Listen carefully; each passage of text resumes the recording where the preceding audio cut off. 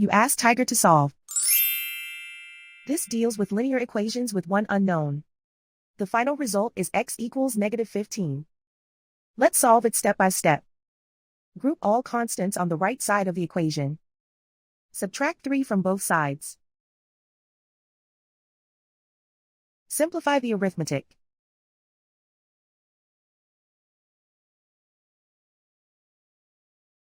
Isolate the x.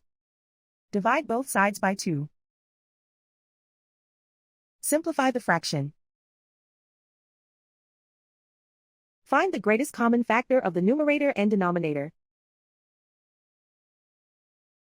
Factor out and cancel the greatest common factor. And so the final result is x equals -15.